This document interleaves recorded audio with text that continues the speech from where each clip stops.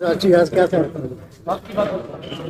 ही केंद्र सरकार ने अनेकों वस्तुओं पर जीएसटी के अंदर बढ़ोतरी की है। आपने आज अनेकों पेपर में देखा है, जो बच्चे पॉपकॉर्न खाते हैं उनके ऊपर भी इन्होंने जीएसटी लगा दिया। जब से देश आजाद हुआ तब से अब तक कभी भी कपड़े पर टैक्स नहीं था। इस सरकार ने कपड़े पर टैक्स लगाया। 1 जुलाई 2017 के अंदर नए नए प्रकार के जीएसटी टैक्स लगाकर जनता की जेबों में डाका डालने का काम किया। यहाँ तक कि हाल ही के अंदर, कल की तारीख के अंदर, रेडीमेड गारमेंट्स के ऊपर भी 18 व 28% जीएसटी लगाया गया। जो लपान था उसको बढ़ा दिया गया। इसी प्रकार अनेकों आइटमों पर जीएसटी बढ़ाया गया है और कई चीजें ऐसी है जो विचाराधीन है। जैसे मैंने बताया, जूते और घड़ी, उसको ऊपर भी सरकार 28% जीएसटी लगाने की योजना बना चुकी है। प्रस्ताव उनका आ चुका है। और कल पुरानी जो व्हीकल गाड़ियां हैं उनके ऊपर की 12% जीएसटी था खरीदने पर, उसके ऊपर भी 18% जीएसटी कल ही सरकार ने लगाया।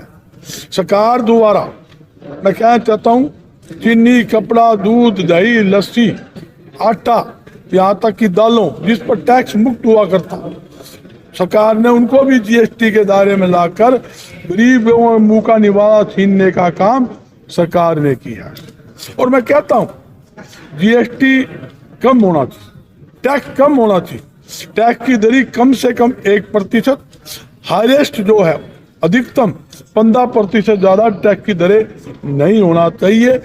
देश के अंदर जितना टैक्स कम होगा उससे व्यापार बढ़ेगा, उद्योग बढ़ेगा और लाखों लोगों को व्यापार व उद्योग के माध्यम से रोजगार मिलेगा। जब व्यापार ही नहीं बढ़ेगा तो कैसे लोगों को रोजगार मिलेगा? नए उद्योग नहीं लगेंगे।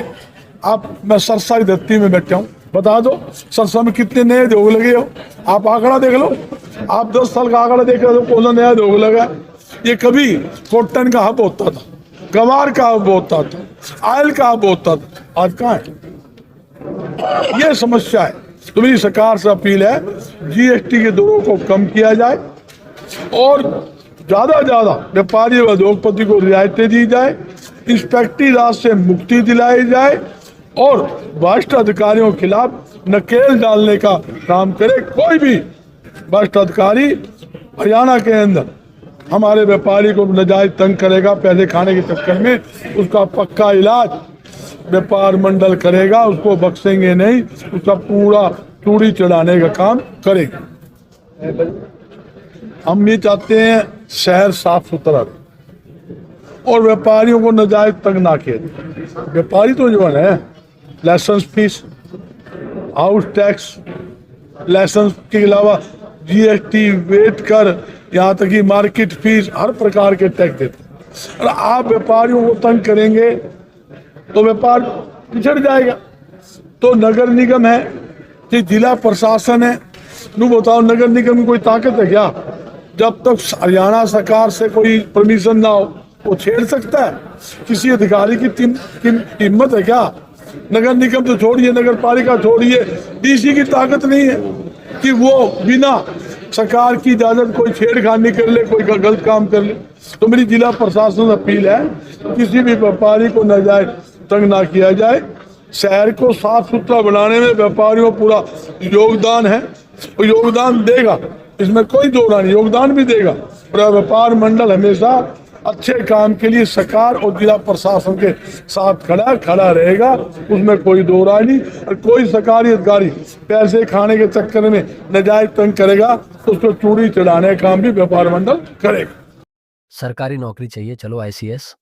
1 साल की फीस 6,000 रुपए। हमारे रहते आप बेरोजगार क्यों हैं? सरकारी नौकरी की सबसे अच्छी तैयारी, सबसे अच्छे अध्यापक सबसे कम फीस, हरियाणा का नंबर 1 कोचिंग सेंटर ICS। संजीवनी अस्पताल, बाल एवं शिशु रोग, general surgery, plastic surgery, neuro surgery, नेत्र रोग, फिजियोथेरेपी, स्त्री एवं प्रसूति रोग, हृदय एवं शुगर रोग, हड्डी एवं जोड़ रोग, कार्डियोलॉजी, दंत रोग, इमरजेंसी चिकित्सक सुविधाओं में एक भरोसेमंद नाम है। ICU, NICU, cath lab, hair transplant, private कमरे, urology, CT scan, laparoscopy, accident, trauma, heart attack, जले का इलाज, डायलिसिस की सुविधाएं उपलब्ध हैं। सभी मरीजों को खाना फ्री दिया जाता है। आयुष्मान भारत हरियाणा सरकार और रिटायर्ड फौजी भाइयों के इलाज, इंश्योरेंस और TPA पैनल पर सभी सुविधाएं उपलब्ध। पूछताछ मोबाइल नंबर 7027566691।